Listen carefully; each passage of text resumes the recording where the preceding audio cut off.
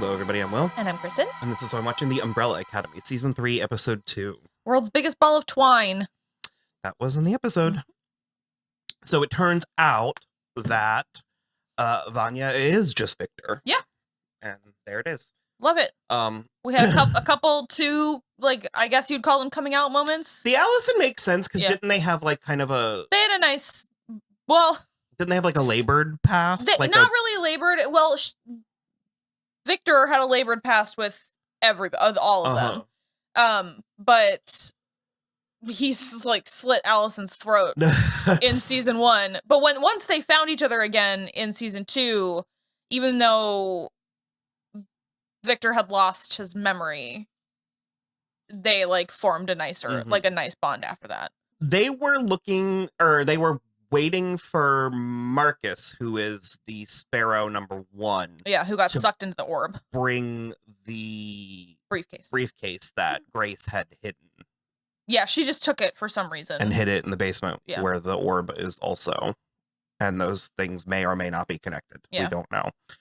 So Allison went home, I guess? She, like, went to California? What? Just don't. It's what you said earlier. You were like, or in the previous episode, you were like, make it make sense. And I'm like, I don't know why you think in this world where your life didn't happen the way you've previously lived it, you think your daughter still exists? To quote Martin Short in seminal teen classic Get Over It, it's just not very good. It's not. I would lie to you, but I would be doing the world a disservice. Yeah. So I don't know what's happening with her plot. Or her hair. So I have sort of a guideline where I just don't comment on Black women's hair. So she's also kind of going crazy a little bit.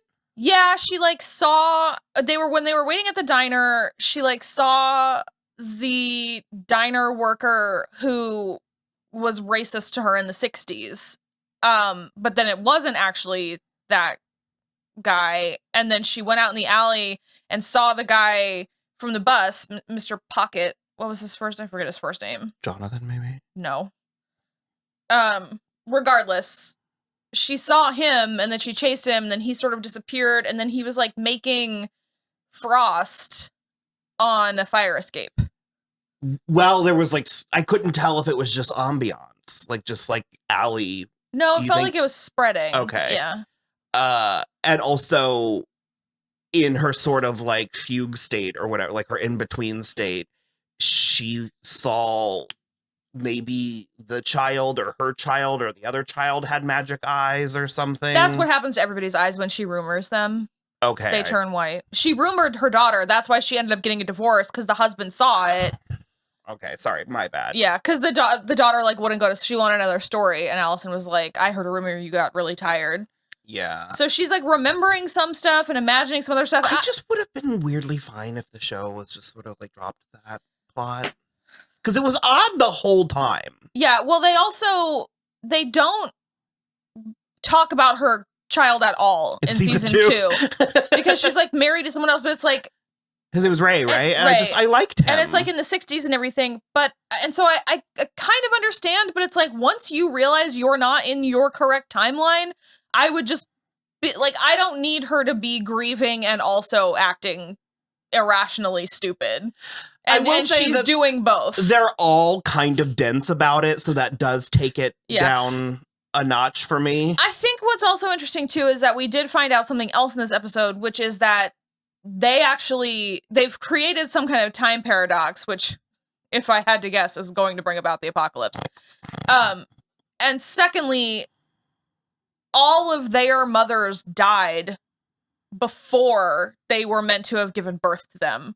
So that is also interesting to me. I'm very curious about what that's doing. I'm weirdly the most charmed by Luther and Sloane's whatever this is.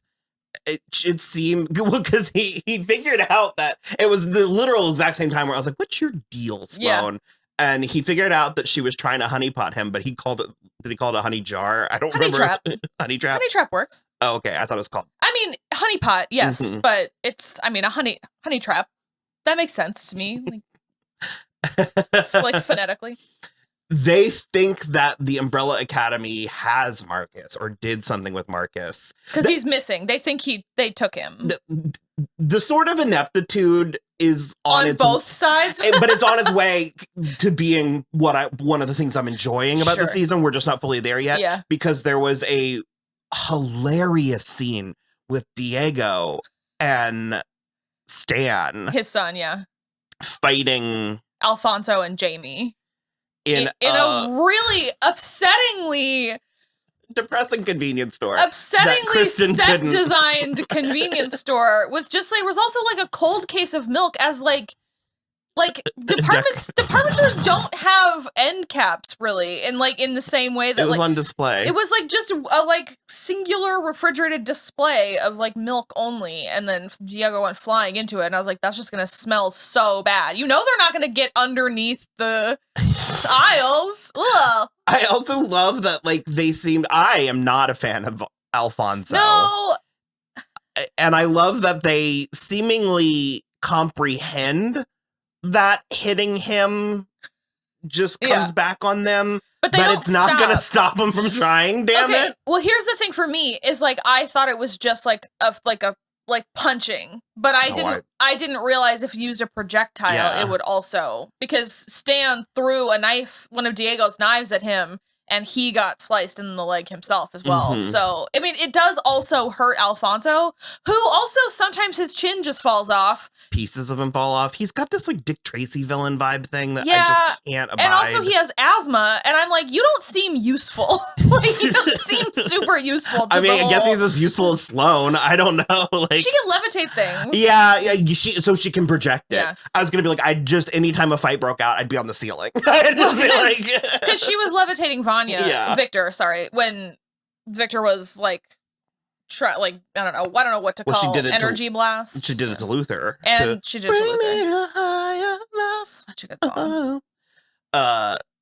So yeah, but it just the energy that her name is Genesis Rodriguez. Sloane. The energy that David Castaneda was bringing to that fight was top notch. I was just really enjoying his his single-mindedness with defeating the bad guys in that scenario, and if they can strike the balance, I'll enjoy it. Yeah. We also, Jamie is like a snake. She's got like little venom. Yeah, we zoomed in really on her mouth, far, and I was like, ah! She's got little venom pockets back here. Five and Klaus went on a road trip. Klaus thought, Five thought it was like a retirement road trip where they could just like have a good time because he's like never had like time off essentially. And then Klaus sort of sprung it on him that they were going to go try to find Klaus's birth mother. That's how we find out that all of their mothers are already dead and that Klaus is Amish. We love to see it. Where he was like, this actually makes so much sense. And what he ended up saying was, because this is everything that was missing from my childhood. But for me, I was like, it's because your entire life has been one giant Rumspringa. That's like all he's been doing is like fucking and doing drugs and getting drunk and everything. So I don't know. I really liked it. Klaus is my favorite. 100% he's my favorite. Five is a close second because I think he's really funny. Old man clothes were really. I think it's hilarious. It's giving me the accent thing from Once Upon a Time. Where no, I think because your style evolves as you age. So if he is like a 60-year-old man inside this little boy's body, he would still want to dress like a 60-year-old man. He doesn't have the mentality of a child. I understand that, but I think your body plays into how you dress as well. And so it's like, it would be one thing if he was like it's not that I'm expecting him to be dressing uber trendy. Yeah. But it's just sort of like, it's like the baggy vest and like the grandpa hat and like, I don't know. Like a little fedora. I feel like the Once Upon a Time where the writer Lily Sparks, she was like recapping it. And there was a season of Once Upon a Time where characters were body swapping and the accents weren't swapping with them. and she had this whole ongoing bit about whether accents were physical or mental.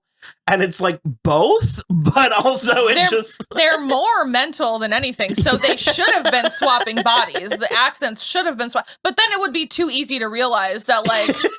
But it's giving me that where I'm just sort of like, I know that this isn't the important part, but I can't let it go. Well, also, literally anything to get him out of that schoolboy outfit he's been wearing for 2 seasons. True. Aiden Gallagher, yeah, he's 18 now. Is he only just 18? That's what this says. Oh, wow.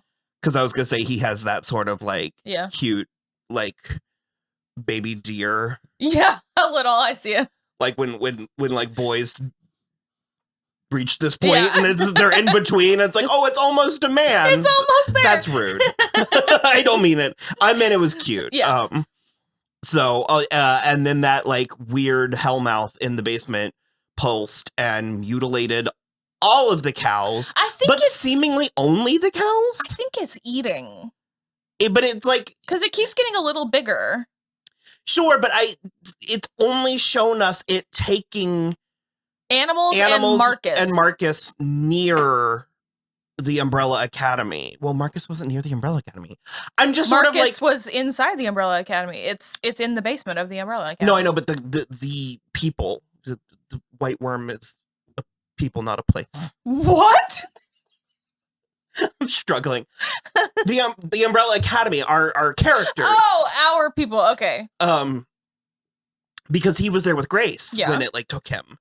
And so it's sort of like Klaus and Five were in Pennsylvania. Did it wipe out all animals? I don't know. In like a tri-state area? Like, I don't know, but it 100% wiped out the food supply for that entire Amish community. Yeah, and so it's like, so it's targeting something. I don't know. And it must be to do with the grandfather paradox that they talked about. Yeah. Which I'm still unclear what that is. I'm curious. Is it the I am my own grandpa thing? No. It can't be, right? No.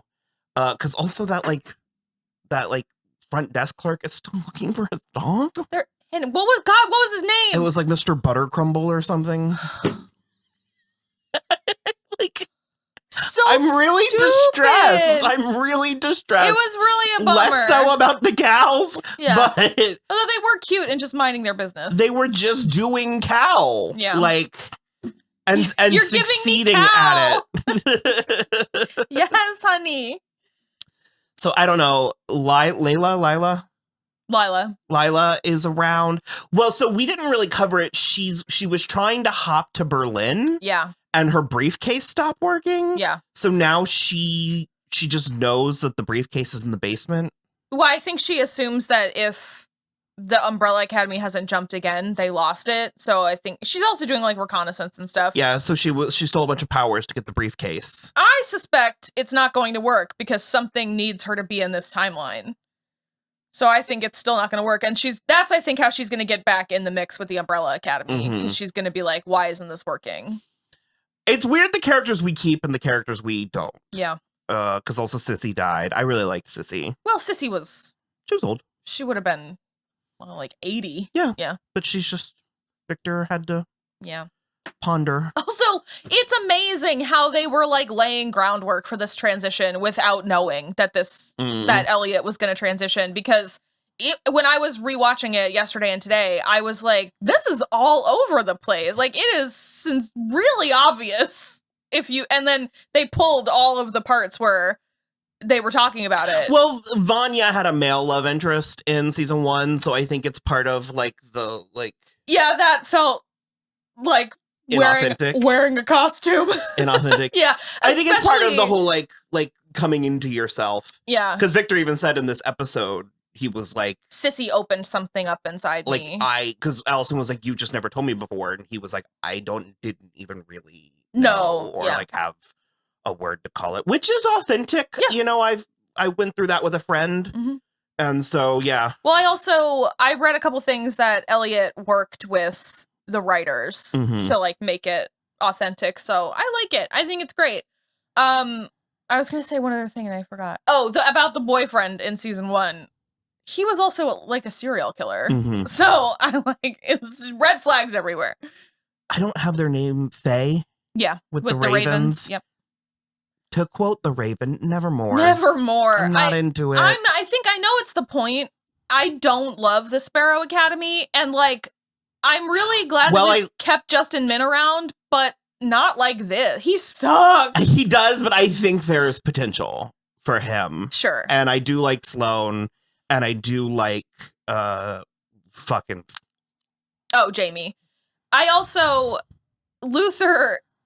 Because they like take Luther and then they just like feed him and like show him a moderately good time. Weirdly, Luther's plot I'm enjoying the most. It's very fun because we've landed a little bit more himbo territory with him, sort of an idiot in a way that he was very tortured earlier on. In season 1, in season 2, he is going into himbo. But the thing for me is that Luther just is like, oh man, it's really good to see you, Ben. And he just is like, why does everyone keep looking at me like that? And Luther's like, you've been dead for 15 years. Like, we miss you. And he was really angry at the insinuation that he was dead. Yeah, really angry. He was like, the lies you tell. So funny. The whole thing is very strange. Yeah. I am enjoying it. It's just very strange. Very weird. I'm interested to see when we get to what we're getting to. I also... because like Victor got a haircut, which is fine, it's great, it's Elliot's like regular hair, I love it, but then like everyone else got a haircut too, and I liked everyone else's other hair better. And then I think the last thing is that I warmed up to Diego's. Yeah, it's fine. His, it's like, more little swoop. It's more like it was in season 1. But the thing for me that I'm liking the best about Diego is I like this reluctant father plot a lot more. Do we determine if Stan has any abilities? Does it work that way? I don't know. Did they pass it down? Okay. I don't know. Maybe. What would not? No, I don't think any that we've seen yet. But I love this plot so much more than his plot for the entirety of season 2, which was I have to save JFK, and it's just like, having watched so many time travel things, the like assassination of JFK is one of those moments that you can't change. You can't change it. It's like a fixed point in time. I think even our thing, we were like, you can't go back and kill baby Hitler. Exactly. Like you just can't do it. Certain things have to have happened somehow. And like, that's a very Doctor Who thing. I think they talk about it. There are like unmovable points in time, but he was like relentless about it in season 2. And so I like this, better reluctant fatherhood a lot better on him. And I am also excited for Lila and him to have to co-parent this child. That's going to be interesting too. So, okay, I think that's good for now. Yep. We will check back in after we watch episode 3. Bye.